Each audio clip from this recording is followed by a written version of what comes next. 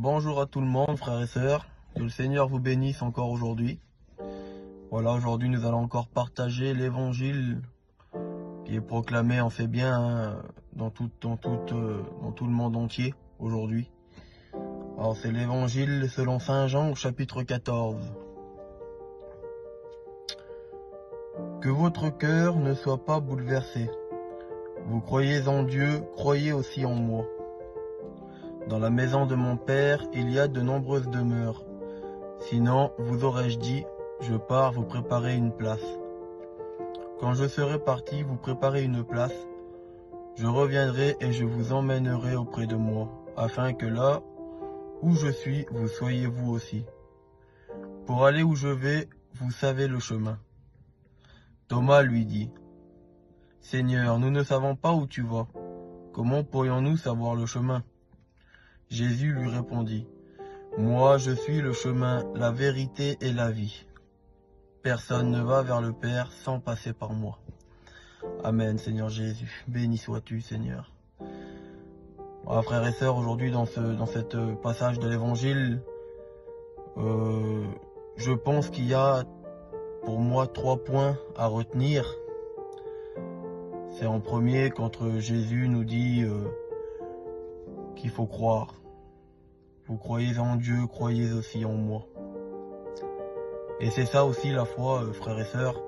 La foi, c'est de croire en quelque chose que l'on ne voit pas forcément avec les yeux, avec nos yeux de chair, mais que l'on voit avec les yeux du cœur. C'est pour ça qu'on dit que la parole de Dieu, la parole de Dieu, elle est vivante, parce qu'elle nous touche.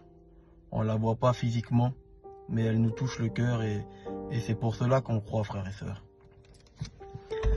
Le deuxième point, c'est que Jésus nous parle d'une place. Jésus nous parle qu'il nous prépare une place dans la maison de son Père. Alors on sait très bien que c'est pas ici aujourd'hui sur terre, mais que cette place, c'est dans le ciel. Dans le ciel avec tous ceux qui sont partis avant nous, qui aujourd'hui ont cette place que Jésus prépare tout spécialement pour toi, pour moi. Mais voilà, dans cette fin de l'évangile, le Seigneur nous dit que, ou plutôt Thomas demande à Jésus, Seigneur, quel est le chemin? Quel est le chemin à prendre? Et Jésus lui dit, le chemin, c'est moi. Je suis le chemin, la vérité et la vie. Voilà quel est le chemin à suivre, frères et sœurs, pour continuer dans l'espérance de la vie éternelle.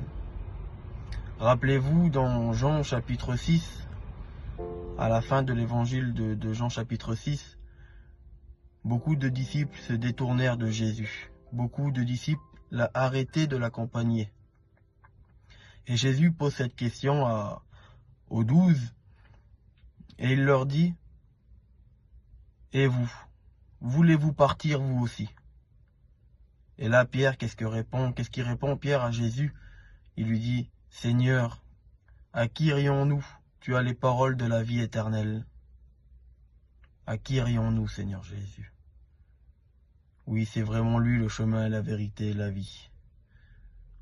Aujourd'hui, frères et sœurs, croyons que Jésus a vraiment préparé cette place pour nous. A vraiment préparé cette place dans la vie éternelle, et c'est aujourd'hui qu'elle commence, cette vie éternelle. C'est aujourd'hui qu'on prend la décision de Seigneur, j'accepte, je veux encore aujourd'hui, ce matin, Seigneur Jésus, te suivre, parce que je sais que c'est toi le vrai chemin, c'est toi la vraie vie, Seigneur Jésus, c'est toi la vraie vérité, Seigneur Jésus. Accompagne-nous encore aujourd'hui, Seigneur, ne nous détourne pas du chemin, Seigneur Jésus. Gardons les yeux fixés sur la croix, les yeux fixés sur Jésus. En continuant dans l'espérance, encore aujourd'hui. Béni sois-tu, Seigneur Jésus. Que le Seigneur vous bénisse à chacun d'entre vous aujourd'hui. Amen.